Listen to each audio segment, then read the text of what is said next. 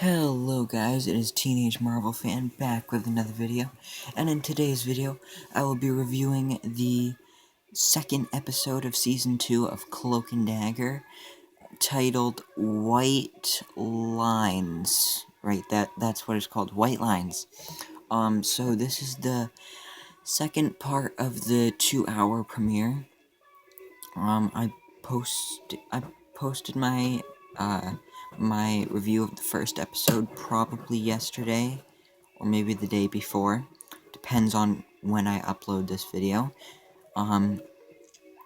So in my episode 1 review, I almost went over and did the whole 2 episodes, but I wanted to split that up into 2 different reviews because I didn't want the videos to be too long.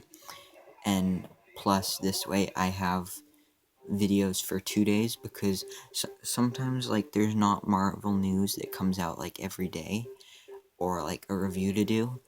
So sometimes I struggle to find something to make a video about.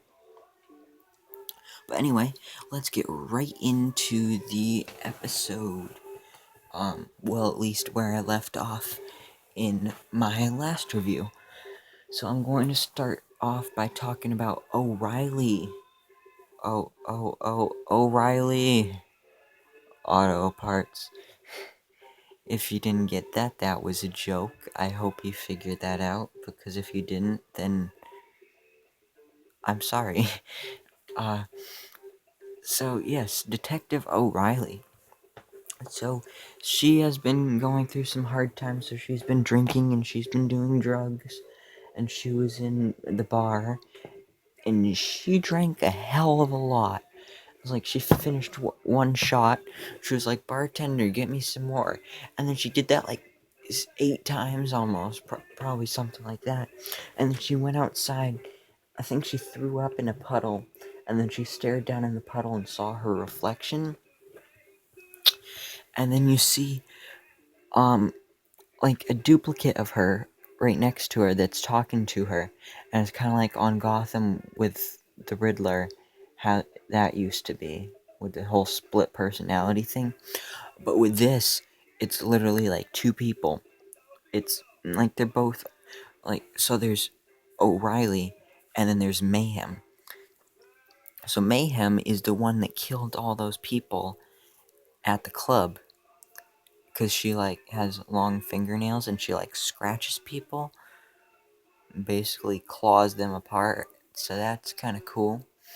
I'm not sure if she's gonna be the villain of the season or something like that, or a vigilante or an anti-hero or something like that. But I guess we'll just have to wait and see.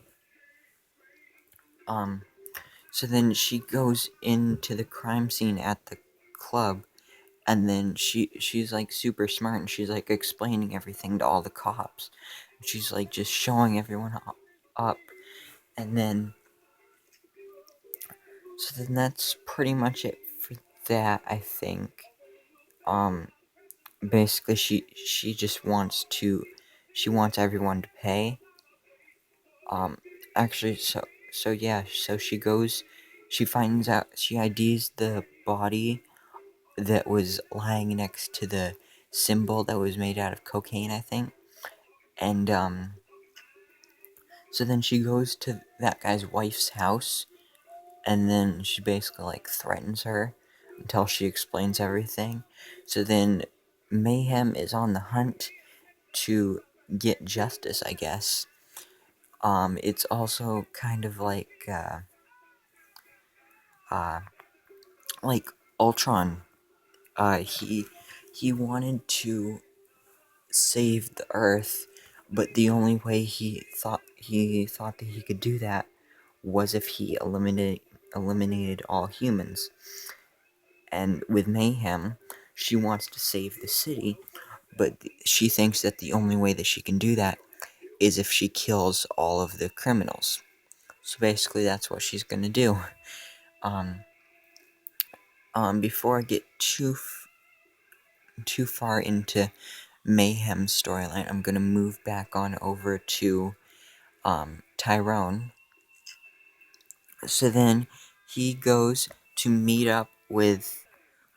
He goes to Tyrone goes to see Aunt Adina, which I think is the aunt of his girlfriend, or who used to be his girlfriend, I think. Um, because she was helping him in the first season because she like knows about his powers and stuff and does some kind of weird voodoo stuff. So he knew that she would probably know what the symbol meant. And she explained it, and I can't remember too much about it, but anyway, Avita showed up, which is the girl I was talking about, the girl that he likes, and she's mad at him because she thought he was dead, and then he chases after her. They get into this huge argument, and she's like, "If you were alive this whole time, why didn't you just let me at least let me know you were okay," or something like that. So things weren't going good. So then, oops. So then Tyrone decides to show her his powers. And then she gets even more mad because she's like, "You've been able to do this the whole time, and you didn't, and you're just telling me now, and you didn't come tell me that you were okay," and stuff like that. So she's mad.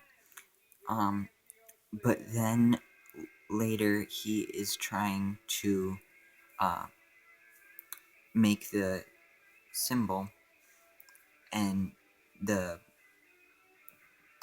I'm just gonna call it a symbol because I forgot what it's called. I don't think I even used the actual name in this video. Anyway, but so he's trying to make the video, and I think he's using chalk, and it works, and somehow it teleports him into an ambulance, and then that's when we see Michaela, and she's like all strapped up, and she's on drugs, and she's like, "Help me! You need to get me out of here. They have me all drugged up. I need to get out of here." So then he starts trying to help her, but then the guy in the driver's seat starts shooting at him. So then he's got to teleport away, but then he can't get back. And then Avita shows up, helps him with the thing, and with the symbol, and then they both get teleported to Michaela, but this time she's in the hospital. But then Tyrone, obviously, since he's like not supposed to be out in public or like talking to anybody, he needs to like get back to the church so that he's not seen by anybody. But then Avita stays, but Tyrone decides to um, go after the people that did this to her, and then that is exactly what Tandy is going to do too. So then Tandy meets up with who she thinks is O'Reilly, which is really Mayhem, and then they see the guy that was driving the ambulance, and then they try to like catch him before he gets in his truck, but then he gets in the ambulance truck thing, and then he starts driving, and then Tandy discovers that she has a new power that she can form like a ball of light and then like throw it at people. So I like that both Tandy and Tyrone learned about a new power that they have. Tyrone can teleport with other people, and then Tandy can create balls of light, and she can like create stuff other than just daggers. So then anyway, she throws the ball of light at the ambulance. It like flips all over the place. The guy's practically dead, but not yet. Leave that to Mayhem, because she Mayhem's like, "Oh, I'm gonna arrest you," and all that stuff. And then Tandy um goes and does something, and then Mayhem just kills the guy. But then uh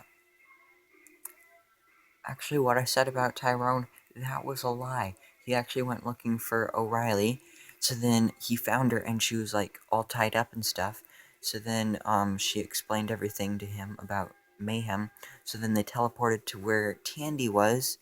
And then they ran out and saw Mayhem with the dead guy and blood all over her face. And then that was pretty much where the episode ended. So this will be interesting to see. I'm not sure if Mayhem is going to be on their side or not. That would be kind of interesting. Oops. Seeing Mayhem and O'Reilly working together. That'll be pretty cool. So overall, I'm really liking this season so far. It's definitely better than last season, but that's mostly because in season 1 they had to, like, develop the characters and they had to learn how to use their powers and stuff. But now they're all past that. Tandy and Tyrone have a great friendship, and it's just getting really good, especially with all the Mayhem stuff. Like, there's better writing, better acting, pretty much better everything. So let me know what you thought of this down in the comments below. Thank you so much for watching, and please remember to like, comment, and subscribe, and I hope to see you in my next video so I can bestow all my Marvel knowledge upon you.